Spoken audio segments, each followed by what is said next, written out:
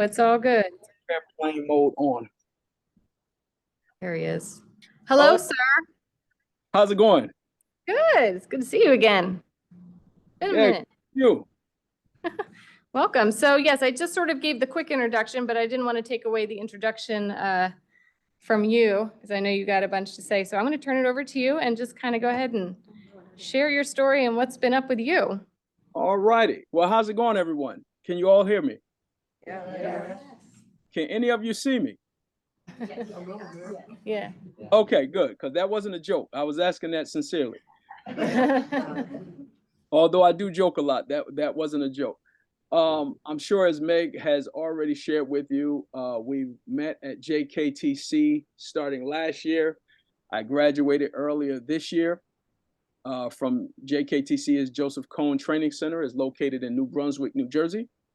And I am visually impaired. I cannot see completely out of my left eye, and I have very, very, very low vision out of my right eye. And that was some of the stuff that led me to Joseph Cohen Training Center. But before I begin with all of that, let me give you a little bit about my history, which hopefully will inspire someone in the midst of this meeting to persevere through it all. When I was younger, I had some kidney issues when I was in my teenage years, and the kidney issues what led to the visual impairment. And so I started out with swelling of the hands and feet at the end of the day, so on and so forth. Eventually found out it was due to some strep throat that went unchallenged and ultimately led me into kidney failure. So back in 1999, I believe it was, I'm driving back home from Georgia, seeing a family member that was in the hospital, and on Route 95, my eyes went completely black. So during that process, of course, I had to do some swift thinking, and I had to just stay in the middle of the trucks that I was able to hear on both sides without getting me and my family killed at the time. As soon as all of that turmoil was beyond us, I turned the wheel over to my uncle, and at which point I immediately got myself back. I started trying to see eye doctors and so on and so forth, but they sent me back to the kidney specialist. And at that point, I was in total renal failure. And at that particular issue, in that juncture, I ultimately had to go on dialysis. But at that point, the vision had already been damaged. The blood pressure was shooting up so high, it ultimately damaged the blood vessels in the back of my eye.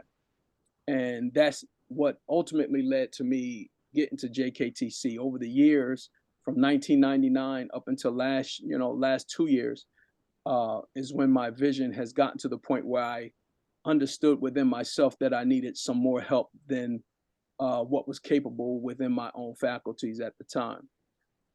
I started, reaching out to different folks. I had 2 kidney transplants. I had one in 1992, which was after 2 years of being on peritoneal dialysis.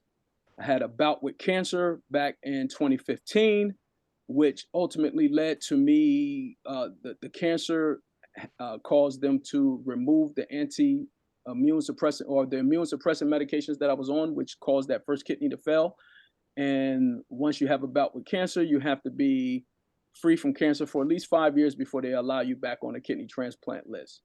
So on September 22nd, 2021, which happens to be my 51st birthday, I got a phone call from the transplant unit explaining that they had a kidney for me. And I went in for my second kidney transplant on the night of my 51st birthday. That kidney has been a great success, but my vision loss continued to progress up until the point that it is now, which led me ultimately to reaching out to the Commission for the Blind here in New Jersey.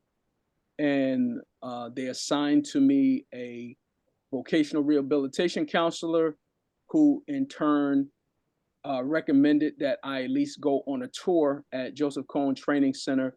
And there I remained up until earlier this year. Any questions so far? Nothing so far.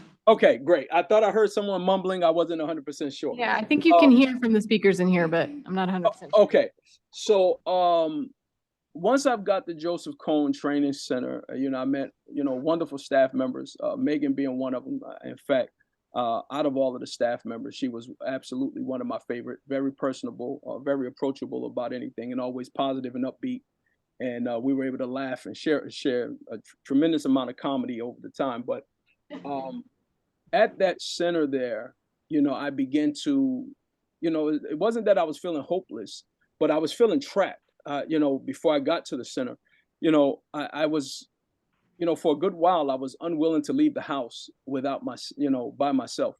I used to say this at the center.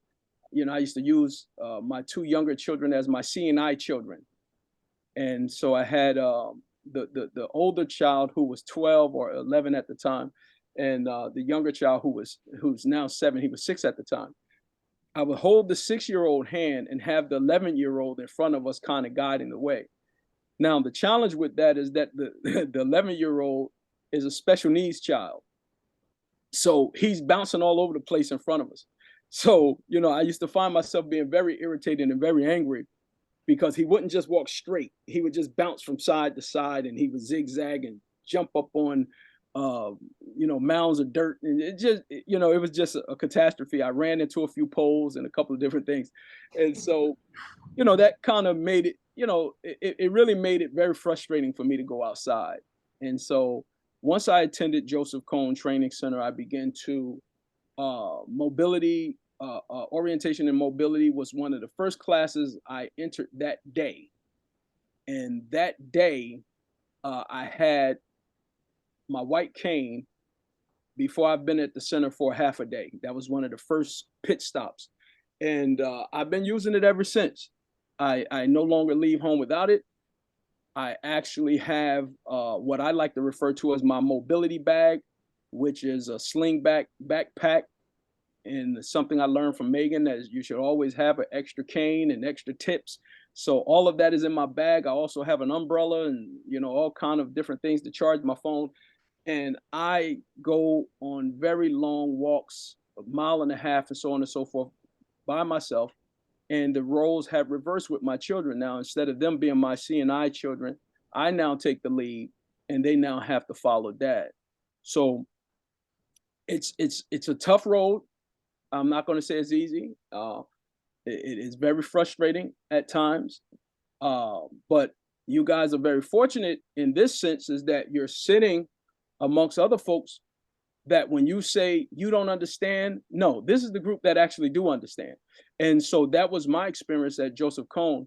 When I was there, all of the students and part of the staff members were all visually impaired. And so to be in a place like that and say you don't understand, that wasn't the case. Everybody there did understand. I think even the manager of the center is visually impaired. So that's kind of my story. But while I was at Joseph Cohn, I had also, during the process that I wanted to, no longer wanted to leave the home. Before that, I was doing a lot of entrepreneurial things, specifically on the internet. I was doing internet marketing and creating websites and all kind of things of that nature. But my vision no longer gave me the capability to code. I had taught myself how to code certain things, and I no longer could do it. I couldn't see it. And so while I was there, the last few weeks of the center is something called the Work Experience Program. And before I got to those last few weeks, I had begun to teach some of my students through a peer group that I founded. We started going over financial wellness and financial, it was called the Financial Wellness Lab. We would, teach a financial literacy, competency, and management. And those particular classes began to gain a certain notoriety amongst the staff and the student body. And so when it was time for my work experience program, they asked me to at least take part of that experience and begin to create a curriculum and lesson plans, something more concrete and structured. The same things I was teaching the other students, that they gave me the capability to do this, so we can set up some type of program that we can reach out to other vocational rehabilitation centers and see if we can help other folks, because no matter, what your vision situation is or whatever your background is, you're going to encounter finances. It doesn't necessarily mean it's going to be difficult, but you're going to encounter finances, and to have the upper edge on how to improve yourself is where it was really at. So I began to work on that. I have subsequently returned to JKTC as a volunteer teacher on the Life 101. And for those of you who can see me, I'm wearing my Life 101 shirt now. This was given to the staff members who was there for that program. And lo and behold, I have one. I'm not a permanent part of the staff, and I still teach my financial wellness lab, and I'm a lot more free. I mean, I still have some challenges. One of the reasons we were, struggling a little bit with this computer a little while ago, I had to have my wife assist me with, bringing up, the Zoom a little bit. There's a special way to bring up a background, because I didn't want you to see all of my extra shirts hanging behind me. But that's really kind of my story. It's been a blessing. One of the things I can promise you, and I've shared this at the center, is that you lose absolutely nothing. I repeat, you lose absolutely nothing by being positive. But by being negative, you can lose absolutely everything, up to and including your life. So I hope that helps someone. And for those of you that, once again, may be thinking, okay, maybe he don't really understand my position, you happen to be talking to someone who was suicidal at one point. And I mean, a deep clinical suicidal state, where I was practicing, how to end my life, at the house, with weaponry up against my pillow. So you are talking to someone who understands. But I can tell you, I can promise you this: whatever situation that's been put before you, somewhere within you is a hero, big enough and strong enough to deal with whatever situation that is before you. In fact, I'm also on record of teaching this to a lot of different people, which is, this is what the cartoons and the superheroes are all about. I know it's titillating and all of that, but, Superman was able to summon his superpowers by leaving the planet Krypton. And it was our yellow sun that gave him his superpower. Batman and Robin, both their parents were murdered by arch villains. And so that gave them and summoned the superhero within them to begin to fight super criminals. Spider-Man was bit by a spider. And his Uncle Ben began to teach him that with great power also came great responsibility. And in that process, Uncle Ben was killed by a criminal, and ultimately helped Spider-Man make the decision to fight criminals. And so whatever the situation is, wherever your disposition finds you, you do have the ability to summon that superhero that's within you.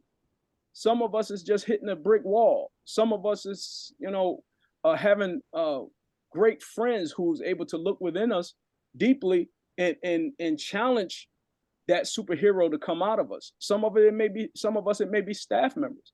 But whatever the case is, it's within you. I am persuaded that you have not been challenged beyond what you're capable of dealing with. You have not been challenged beyond what you can bear. I believe that wholeheartedly, and that's kind of my story. I hope someone is encouraged.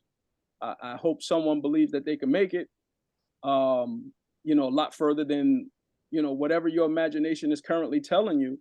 You have the ability to supersede that. It's going to require some perseverance, and it's going to require some belief. And that's where it starts. So I don't know if anyone has any questions, comments, remarks, want to know how I did it, or anything like that, but I'm open. Do we have any questions or anything, comments from the room? Bless you for being strong enough to stand all that you've been through. Oh my goodness. Can we get that mic a little closer? I can hear her, but barely. Can you hear me when I talk in this microphone? I turned it off on the bottom. Okay, so I hold the red button in. I don't know what I'm gonna do when these two leave. It's gonna be a big problem. Hold on one second, Spencer. I'm getting the microphone. Okay, I'm still with you. I'm not going anywhere. Can you hear me now? Oh yes, definitely. Oh, here we go. Go ahead. I have to say, bless you. Thank you. are a strong man. I'm tearing up just listening to all that you've been through, and you're still here standing and smiling. Story.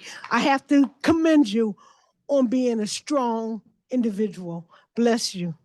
Well, thank you. Anyone else? What was your name, ma'am? That was Christine. Christine. Nice to meet you. Donald. Anyone else? Any questions or remarks? Yes. An amazing story. I'd like to know, did you have to go through any psychological therapy? Yes and no. I did not go through any any psychological doctors, if that's where your question is. But I did have to go through psychological things within myself, some spiritual deep searching. Self-inventory. Say again? Like a self-inventory? Yes, self-inventory. It made me not only question myself, but also question the creator. If God is so great, why am I thus? So those are psychological battles. Some of us, may characterize them as spiritual, but it's kind of both. It's spiritual and psychological. It's an internal battle. What I was getting at, when you did this self-inventory, Yes. you're able to stay positive. Yes. Good. Yes. Thank Yes. Thank you. The positivity is the thing that I was known for before I got like such. It's amazing to me that, as I was sharing, is kind of a scripture I was kind of sharing, which is suggests that no one has been challenged beyond what they can bear. That does come from the Bible. I'm not trying to make it that type of situation, but that's kind of my background. And as I was just sharing, it did make me question, I mean, my God, how much can one person bear? But on a certain sense, and this may sound weird to some of you, whatever you're going through, you're kind of built to be able to deal with it. You have the strength within you to deal with it. So you're kind of already tough, and you're already strong, and you already have the gifting, and you already have the natural ability. And then the challenge comes along, and then, it's like, wow, I was struggling before the challenge. Now, how the world do I make it now that I'm further challenged? Well, certain times, our peak performance don't come up until we're challenged enough. And I know that's theoretic, and that's, sound like a bunch of psychobabble, but it's true. Sometimes the fire is not turned up quite hot enough for us to really dig deep enough to bring out what we really need to bring out. I don't know if that helps anybody, but it helps me. Marcia, did you have a question or Yes. something to say? Carry the Yes. microphone. You can. Hi, I didn't get your name. I'm Spencer. Marcia. Spencer. And- Well, it's not just you. It's the God that is within you that carrying you through or carrying us through. We Absolutely. couldn't do it because Absolutely. it's not me, but it's the God that is within me. And I Absolutely. surely believe in God, and I try to I worship Him, and I pray, and I try to do what I can daily to keep myself in the realm. Yes. Because it's not an easy road, and He never promised it would be easy. Yes, He didn't. Yes. Because He has gone through its we have to go through tribulations and testing, all kind of trials. Yes. It's the way. It's the way. Yes. And nobody wants to get it. I never know something could happen to me. It just happened in a split. Yes. I am, and I should have gone to therapy before, and I've never. It's the first time I'm meeting up with people. I don't do this. Okay. But I just feel the urge to just continue this system, which I am at the center here at the High Institute. Right. I start enjoying it, doing what I'm doing. So it giving me strength, you know what I mean? Yes. Absolutely. Going through the process, and I'm enjoying it. A lot of things they are giving me, and I'm just thank God, one day, and I ain't giving up. Never give up, and I will never give up. It's a hell of a challenge, I'm telling you. Here's all kind of frustration, but Yes. listen, I am alive. I have life, Absolutely. and my Absolutely. Well, thank you for that. Garcia, did you say correctly? pet name is Hope, and my motto is once there's life, there's hope, and I'll never give up. I'll never say never. I'll never give up. Okay? Wonderful. Strong and be strong in the Lord. Thank you. Absolutely. Absolutely. Thank you. Thank you so much for that. Marcia, oh my goodness. And Marcia, we're so glad you are coming out and meeting people, because that's a big part of what we're doing today for sure, is getting out. Oh, Cornelius in the back. Cornelius came here, he snuck in. How you doing, man? Good to see you. It's hard for a 6 foot something guy to sneak in, but you did it too. I hope I don't have too much of, I guess, well, not the regular questions everybody would have, Spencer. When you came in, you were talking. Yeah, I could hear your background when you were talking. How can somebody connect with you? And I did miss a lot of your story. Unfortunately, I'm kind of late. I admit I'm late. How can somebody connect with you to kind of just build with you and build with you further? Well, I tell you what, I live for that sort of thing. And if Megan, if there's not an issue, I'm more than happy to share my cell phone number, my direct phone number with all of you right now. And you can feel free to reach out to me with regards to, encouragement, motivation, building one another up, or anything like that. I'm starting to get more connected with different networks of people right now myself. This is kind of new to me too, Marcia, as far as, meeting all of these different individuals. Before all of this, my friends, all of my friends I've had for 40 and 49 years. So so it's kind of difficult for me to, or it was kind of difficult for me to get to this point. But as I'm sure Megan will share with you, and maybe some of you can even see this over the phone, over the Zoom meeting, I have no problem, interacting with people. It was just that, I was just such a homebody, or whatever the case was. And, as you can imagine, from someone who was writing code all day, you need a lot of silence for that. But I love people.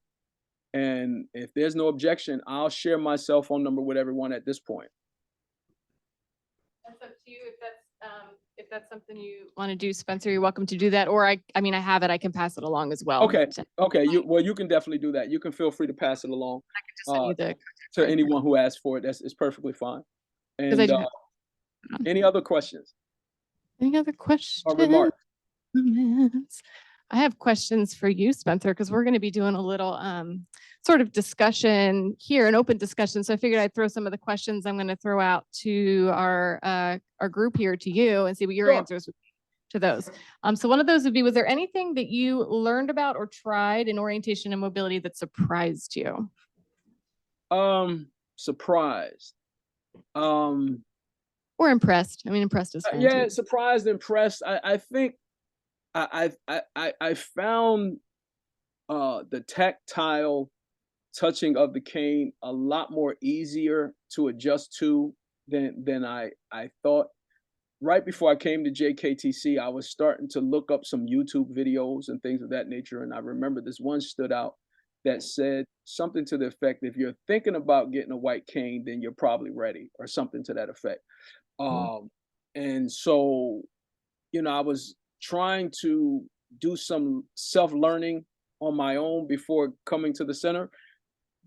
But once I got there, it seemed like within one day or so, I was kind of fluid with the cane, and it happened very quickly for me. I know that's not everyone's testimony, but I guess it just depends on, the feelings that you have in your hand and how motivated you are to really get back into, the world that, it seems like we may have kind of left the world a little bit, but I think that was the thing that was most surprising and to me, how quick that, that fluency with the white cane have come about. And I mean, I'm all over the place.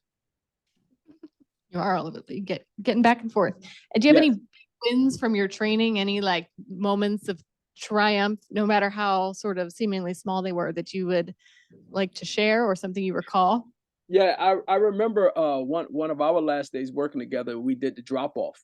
And and for those of you who don't know what that is, you know, Megan kind of taking me someplace. Of course, I couldn't see where we were at, and my job was to find my way home using all of the training and using all of the training and technology I had at my disposal. And it was remarkable to me because it came very easy. How, you know, like with all of the stuff I had, all I had to do was open the window. The truth be told, we were sitting in the car. She's like, "Okay, find your way home," and I'm like, "Okay," or find your way back to you know, to the training center. And I let the window down, and I heard the train. And once I heard the train bells again, you know, once I heard it the second time, it was confirmed within me that, okay, I'm near a train station. So I knew from that point I was fine. The very second that I heard that second train, I'm like, oh yeah, we're around the train station. And then on my phone, I Googled the nearest train station. It was, I remember it was 0.4 miles walking directions from where I was sitting at. And so we got out. I got the directions on the phone. We walked to it, and right when there was, of course, two stairwells, one going north, one going south. I think I needed the northbound side, if I'm not mistaken. Was that north? No, we were in Edison. That's as good as mine. I don't remember. Yeah, whatever it was, we were in Edison. I had to get the New Brunswick, whatever the right way was.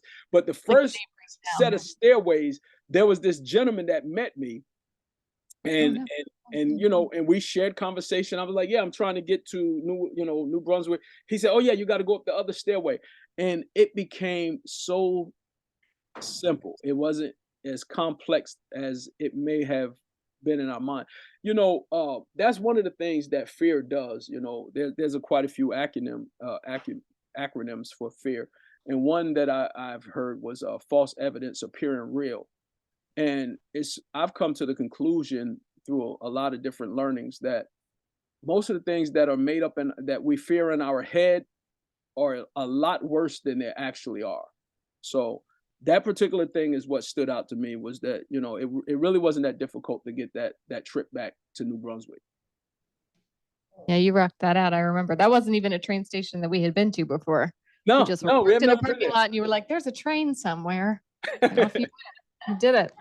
Well, thank you so much. I don't want to keep too much time because I don't want Zoom to cut us off. But Okay. are there any other questions? Anything for? Oh, I got one more coming back here.